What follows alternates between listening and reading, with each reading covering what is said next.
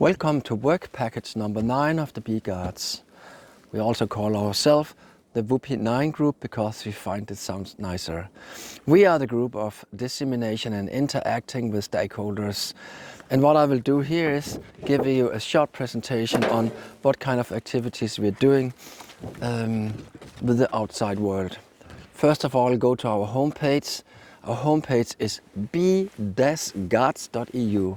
And here you find a beautiful homepage where there is a goldmine of information on. Go and explore our homepage and see all the different things. I will mention a few things on the homepage. One of the things is that we have a blog. This blog is kind of our diary, you could say, like Facebook is our diary as well.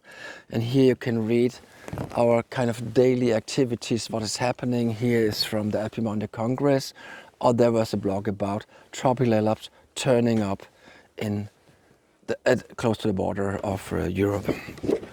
We have a download section, which is also extremely exciting. There's more than 40 different leaflets that you can download from our download section. We try to translate them into different languages, and go there and do your download and you'll get lots of reading. I'll just mention a few of the downloads that you can go to. The big hot thing at the moment is the tropical getting closer to the European border. And here we have a leaflet that has been downloaded 3,000 or 4,000 times, and it's in 17 different languages. So there is probably also a leaflet in your language. We also have leaflets in all the consortium languages at least, that are explaining you in a very short and nice way what Bee Guards is about. Go there and download your leaflets and have a look on it. One of the other special things you can find there is actually a bee breeding book. I call it an interactive bee breeding book, which is on 3 languages at the moment and has been downloaded more than 1,000 times. Very, very nice. Or if you want to be a part of the Bee Guards, it's a citizen science, testing our innovative methods. There's really a protocol you can download it, have a look, see if you could take part and share some of your knowledge to our project. There's also the possibility that you can sign up for like 700 other people for our newsletters, which is coming kind of 5 or 6 times a year. We are active on all types of social medias. I will not go closer to that except Facebook, but we talk really about Facebook, Instagram, LinkedIn, podcast, YouTube, and so on and so on.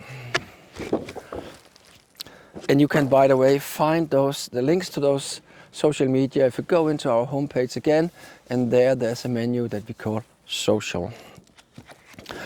Our Facebook page is where we are very active, and where we know that the main part of our stakeholders are active. We have more than 1,700 followers on our Facebook page. Go there, we try to make 2, 3, 4 posts a week, during the summer at least, in the active period. We have done something new, which is very nice.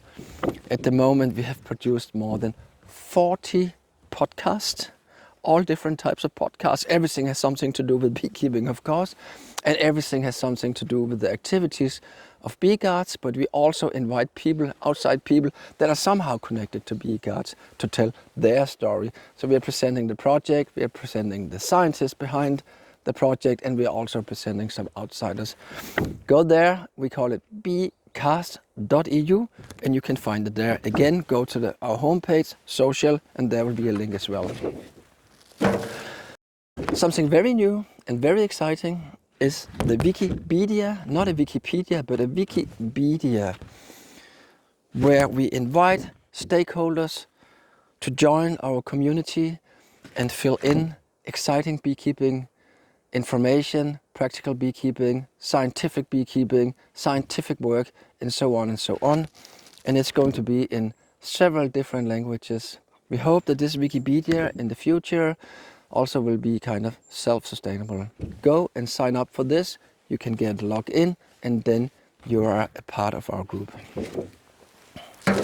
What we are also working with is our multi-actor forum.